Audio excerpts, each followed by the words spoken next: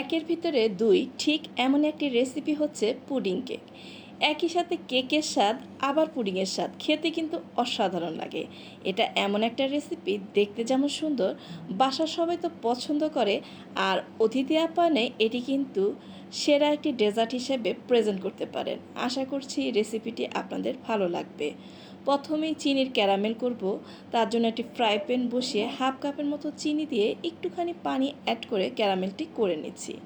প্রথম অবস্থায় আগুন মিডিয়াম টু হাই হিটে থাকবে। চিনিগুলো পানির সাথে একটু মিশিয়ে দিচ্ছি। কোনো অবস্থায় কিন্তু নাড়াচাড়া করা যাবে না, তা না হলে স্প্যাচুলায় যে চিনিগুলো লেগে থাকবে এগুলো হতে চাইবে না। আর পরবর্তীতে যখন দেখবেন একটু লাল কালার হয়ে আসছে, আগুন কমিয়ে আপনার মন মতো কালারে নিয়ে আসবেন। আমার কালারটি একটু ডার্কই করেছি, কিন্তু চুলাটা শেষ পর্যায়ে নিভিয়ে দিলে তারপরে নিজে নিজেই ওই ফ্রাই প্যানের গরমে কালার চলে আসে। তো আমার নির্দিষ্ট যে কালারটি দরকার সেটি চলে এসেছে। আমি যেই পাত্রে পুডিংটা সেট করব সেখানে ঢেলে চারিদিক থেকে ছড়িয়ে দিচ্ছি। এটা ঠান্ডা হলে কিন্তু আর ছড়ানো যাবে না, তাই এই অবস্থায় সেট করে নেবেন। আর এদিক থেকে আমি হাফ কেজি দুধ লিকুইড সেটা গরম করে নিয়েছি, ঘন করি নাই, তার জন্য আমি হাফ কাপ গুঁড়ো দুধ দিয়ে দিচ্ছি। আর আপনারা যদি একটু ঘন করেন সেক্ষেত্রে দুধের পরিমাণ আরও কম লাগবে। আর এখন আমি কিন্তু 4টি ডিম নিচ্ছি। আপনারা 3টা ডিমের পুডিং করতে পারেন। আমি যে মোল্ডে করেছি সেটাতে আমার মনে হয় আরও একটু বেশি পরিমাণও করা যাবে। যাই হোক, এই মেজারমেন্টটা আমি করে নিচ্ছি। আর হাফ কাপ চিনির মতো দিয়ে আমি ভালো করে এখন মিশিয়ে নিচ্ছি। এই চিনিটা গলে যাওয়া পর্যন্ত ভালো করে মিশিয়ে নেবেন। যদি হ্যান্ড বিটার দিয়ে না পারেন, চামচ দিয়ে অথবা কাঁটা চামচ দিয়ে এভাবে ভালো করে ফেটে নিলেই চিনিগুলো মিশে যাবে। আর এখন যদি চিনিটা না গলে, পরে যখন দুধ দেওয়ার পরে একটু নাড়াচাড়া দিব, এটা ভালো করে মিক্সড হয়ে যায়। দেখেন চিনিটা কিন্তু গলে গিয়েছে। লাল চিনিটা গলতে একটু সময় লাগে, সাদা চিনিতে আমার একটা সময় লাগে না। এ পর্যায়ে ডিমের গন্ধ যাওয়ার জন্য একটু ভ্যানিলা এসেন্স দিচ্ছি আর একটু ফুড কালার দিচ্ছি। ফুড কালারটা আপনারা অ্যাভয়েড করতে পারেন, এটা দিলে সুন্দর একটা কালার আসে। আর আজকে আমি যে মেজারমেন্টে করছি সেই মেজারমেন্টটা একরকম। সামনের দিন আমি ভ্যানিলা যে মেজারমেন্টটা করব সেটা এক আপুর রিকোয়েস্টে, সেটার পুরাই একটু ডিফারেন্ট ওয়েতে করব। আজকে আমি এ পর্যায়ে ঠান্ডা দুধ অ্যাড করব, 1 চিমটি লবণ দিয়ে দিয়েছি। আর ঠান্ডা দুধটা ইউজ করার জন্য পুডিংটা কেমন আসবে আর সামনের দিন পুরো রেসিপিটা ভিন্ন হবে সেটার জন্য আপনারা নজর রাখবেন।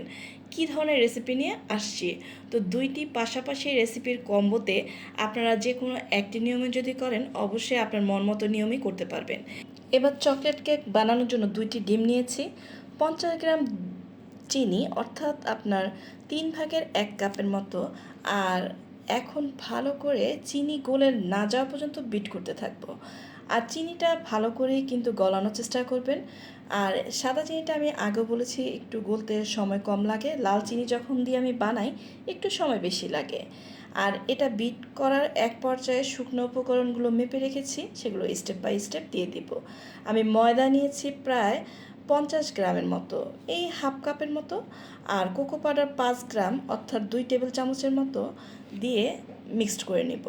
বেকিং পাউডার দিয়ে দিচ্ছি হাফ চামচ আর চকলেট ইমানশন দিব হাফ চামচ। আপনাদের কাছে যদি চকলেট ইমানশন না থাকে সেক্ষেত্রে আপনারা এখানে ভ্যানিলা এসেন্সও দিতে পারবেন।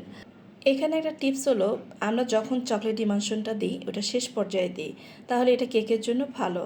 আর কেকের ফোমি ভাব জানি নষ্ট না হয়, আলতো হাতে এক সাইড থেকে ঘুরিয়ে আনবেন।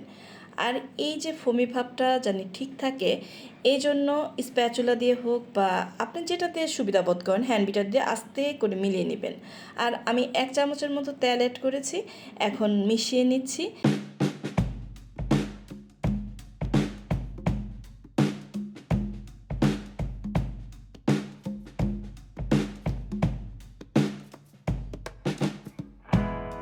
এ পর্যায়ে কেকের মিশ্রণটি ভালো করে মিশানোর পরে আমরা কেকটি সেট করতে চলে যাব।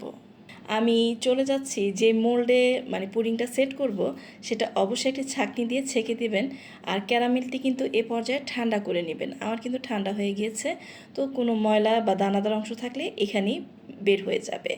আর কেকের মিশ্রণটি দেওয়ার সময় কোনো ভয় পাবেন না, এটা পরিমাণে এত হালকা হয়, এটা উপর দিয়ে ভেসেই থাকবে।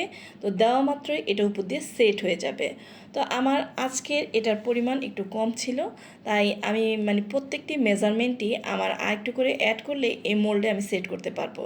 তো সেই ক্ষেত্রে আমাকে আরেকটু পরিমাণে ময়দার পরিমাণ আর একটি ডিমের পরিমাণ বাড়িয়ে দিলেই কিন্তু এটা সেট হয়ে যাবে। তো যাই হোক, আজকে আমি এই রেসিপিতে এই মাপেই করছি। তো আমি আজকে যেহেতু ওভেনে করতে দিব, ওভেনটা আমি প্রিহিট করতে দিয়েছি 200 ডিগ্রি সেলসিয়াসে 5 মিনিটের জন্য। আর আমি এই পুডিং কেকটি যে বেক করব সেটা করব 180 ডিগ্রি সেলসিয়াসে। কেকের মিশ্রণটি দেওয়ার পরে এভাবে কাঠি দিয়ে আলতোভাবে একটু নেড়ে দিবেন, যেন কোনোভাবে বাবলস না থাকে। এখন আমি যেই ট্রেতে দিয়েছি একটু পানি দিয়ে দিয়েছি। ওভেনে দেওয়ার সময় যেহেতু পুডিং আছে সাথে একটু পানি অ্যাড করে তারপরে বেকিং করতে হয়। প্রায় 30 মিনিট থেকে 40 মিনিট লাগে বেক হতে। আমার 40 মিনিট লেগেছে। দেখেন একদম সুন্দর করে হয়ে গিয়েছে। আর এ পর্যায়ে কেকটি ঠান্ডা হওয়ার পরে 2 ঘন্টা ফ্রিজে রেখে তারপর সার্ভ করবেন। আমার যেহেতু সময় স্বল্পতা, আমি প্রায় 40 থেকে 50 মিনিট পরে সার্ভ করতে চলে এসেছি। আর কিনারগুলো অবশ্যই ছাড়িয়ে নেবেন, তারপরে এভাবে মোল্ড আউট করলে এটা আউট হয়ে যাবে। দেখেন কি সুন্দর একটা কালার এসেছে। এটা দেখতে যেমন সুন্দর হয়েছে, খেতেও মাশাল্লাহ অসাধারণ হয়েছিল। তা আমি আপনাদেরকে কেটে দেখাচ্ছি। এটা খুবই টেস্টি একটি ডেজার্ট আইটেম, অবশ্যই বাসায় ট্রাই করবেন। আর আপনাদের যদি এই রেসিপিটি ভালো লেগে থাকে, পরবর্তীতে যে রেসিপিটি আনবো সেটাও আপনাদের ভালো লাগবে। ওইটা পুরো ডিফারেন্ট একটি রেসিপি। আর এরকম নিত্য নতুন রেসিপি পাওয়ার জন্য আমার চ্যানেলের পাশে থাকবেন, কারণ আমার চ্যানেলে সহজ সহজ অনেক রেসিপি আছে যা আমি খুব সহজভাবেই সবার সামনে উপস্থাপন করেছি। দেখেন কেমন সুন্দর হয়েছে। তো লাইক কমেন্ট শেয়ার করবেন। আর যদি ভালো লাগে সুন্দর একটি কমেন্টের মাধ্যমে আমাকে জানাবেন রেসিপিটি কেমন লেগেছিল। আজকে এ পর্যন্তই বিদায় নিচ্ছি। সবাই ভালো থাকবেন, সুস্থ থাকবেন। আল্লাহ হাফেজ।